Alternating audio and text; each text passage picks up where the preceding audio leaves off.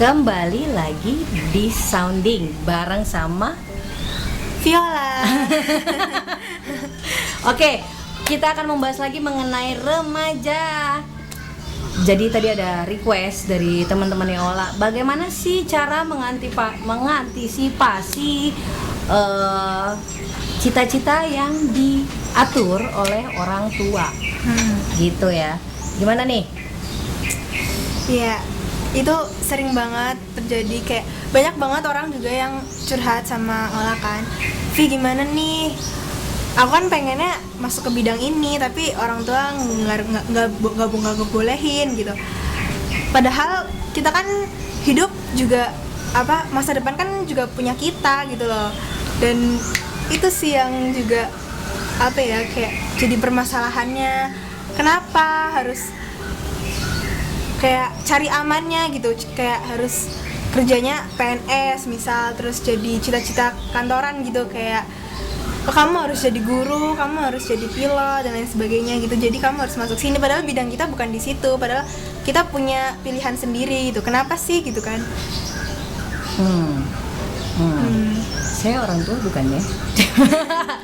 Oke, ini kita diskusi ya. Ini diskusi cantik, tidak menyudutkan orang tua manapun ya. Tidak menyudutkan orang tua manapun, karena saya di sini juga selaku orang tua. Saya coba buat memperlihatkan ke Ola bagaimana persepsi yang ingin ditampilkan oleh orang tua ya. Kenapa sih harus menjadi sosok tersebut gitu kan, maksudnya kenapa? Padahal kan aku nggak suka gitu. Hal itu bisa aja terjadi karena masa mudanya orang tua itu mengikuti apa yang dia mau dan dia tidak berhasil. Gitu. Mayoritas orang tua yang belum berhasil di masa mudanya, dia akan menetapkan standar-standar yang sangat tinggi yang bahkan melewati kemampuan anaknya. Menurut saya pribadi. Atau bisa jadi karena persepsi masyarakat mengenai perempuan yang ngantor, gajinya lebih stabil tiap bulan, mau absen kek, pakai surat sakit kek, naon-naon kek, akan punya gaji bulanan gitu. Apalagi kalau yang namanya dokter itu dihitungnya per orang datang kan, udah dapat gaji bulanan, dia dapat itu juga.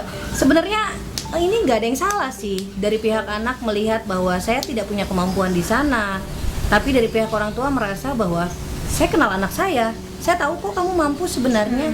Saya kan berpikir begini supaya kamu settle Kak, supaya nanti di usia tertentu kamu jadi sesuatu. Jadi ketika saya udah nggak ada, kamu bisa berdiri sendiri, gitu nggak? Iya, tapi kan kita punya kemampuan kita sendiri, kayak orang tua kan bisa jadi belum ngelihat itu, belum tahu, cuma kita yang tahu gitu. Nah itu juga persepsi yang banyak terjadi di remaja, bahwa cuma remaja yang mengerti diri dia. Ya no offense ya, nggak bermaksud gimana, tapi itu aku alami dulu. Kan cuma aku yang ngerti diri aku sendiri, gitu sih. Padahal ternyata apa yang ibuku bilang semuanya kejadian. Pokoknya intinya begini. Ini udah bukan lagi zamannya manual, bukan lagi zamannya di mana 1 + 1 sama dengan 2. Ya, bukan saya seorang sarjana psikologi. Sekarang saya mencari penghasilan bersama suami saya lewat IO, travel, pengadaan, properti. Saya punya 4 perusahaan dan 4-empatnya berjalan di luar batas psikologi. Gitu. Jadi enggak masalah, kalau saya pribadi saya cuma berpikir kuliah itu untuk pintar. Ya, kuliah itu untuk belajar. Tapi kan katanya orang-orang yang lebih tua yang itu kan katanya kayak kalau kita mau nyampe di tujuan, kalau kita mau jalan tuh kita harus tahu tujuan kita dulu kan. Jadi kayak misalnya pengen jadi kerja, pengen jadi CEO nih, berarti kuliahnya harus jurusan ini itu gitu. Padahal kata bunda kan jurusan itu biar lebih I am CEO. Nggak pernah belajar sekolah bisnis, nggak pernah belajar pariwisata, nggak pernah belajar. Itu balik ke mental dan tekad. Ketika sudah harus terjadi dan Tuhan buka jalan rezeki, siapa yang tahu. Jokowi juga nggak pernah punya cita-cita jadi presiden. Dia tuh cita-cita jadi tukang mebel. Berarti tujuan itu ditetapkan buat diri kakak sendiri. Sekarang kembali lagi buat orang tua, anak-anaknya disekolahkan buat apa?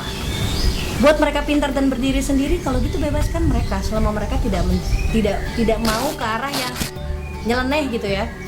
Tapi kalau misalnya apalagi ada lagi nih orang tua nih yang iya kamu tuh saya sekolahin tinggi-tinggi supaya nanti kalau kamu udah kerja kamu bisa bantu saya. Kok jadi ngutang? Saya pribadi nggak setuju sama pola yang seperti itu ya, karena anak-anak ini tidak minta lahir ya. Sekali lagi saya ingetin, mereka tidak minta lahir. Hasil perbuatan kamu dan suami kamu yang membuat dia lahir. Jadi jangan bebankan hutang itu ke anak kamu gitu. Jadi ya ketika kamu mau melakukan, karena kamu melakukan karena sayang, jangan karena tuntutan. Percaya deh, anak-anak yang dikekang terlalu parah, dia akan pergi. Saya bicara begini bukan karena saya orang tua paling bijak, enggak. Saya masih marah sama anak-anak saya. Tapi saya tahu rasanya jadi anak itu. Saya diatur terlalu keras, saya pergi. Saya pergi dengan cara yang tidak bisa lagi dijangkau sama orang tua.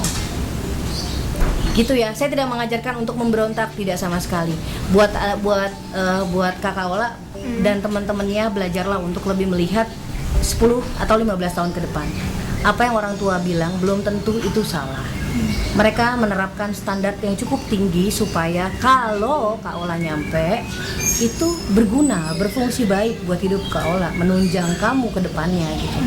Tapi kalau nggak nyampe, itu kan yang kita sesali. Penyesalan macam apa yang akan kita dapat gitu. Buat orang tua, saya tidak menghakimi siapapun di sini. Saya cuma melihat dari kacamata saya dan kacamata keluarga saya bahwa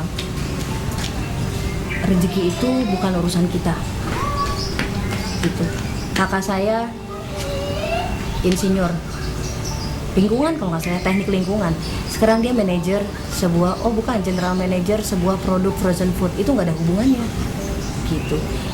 Kakak saya sarjana kedokteran, hampir lulus, nikah.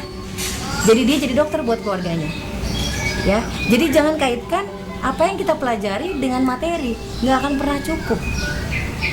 Sekolahkan anak-anak untuk belajar supaya mereka pintar. Kalau mau mereka kaya, ajarin mereka berdagang. Dokter itu berdagang, manajer itu berdagang. Siapa lagi? Pilot berdagang. Jasa. Loh, dagang apa aja dong? Iya. Travel juga berdagang. Ayah dagang fotografi, videografi, musik. Bunda dagang jasa, dagang apa aja. Intinya ketika kita mau cari uang, berdaganglah. Nabi kita juga mengajarkan untuk berdagang toh. Ya, poinnya seperti itu. Jadi mengenai cita-cita dari kedua belah pihak ini nggak ada yang salah, nggak ada yang benar. Nggak ada yang salah, semuanya benar. Balik lagi ke persepsi masing-masing. Ya, jangan pernah menuntut orang lain untuk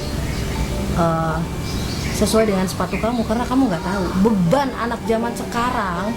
Sekolahnya, kurikulumnya itu jauh lebih besar daripada zaman kita. Oke, cukup Paula? Iya. Cukup tersampaikan? Iya. Alright, kalau gitu kita lanjut di topik berikutnya. Bye. Terima kasih sudah duduk manis.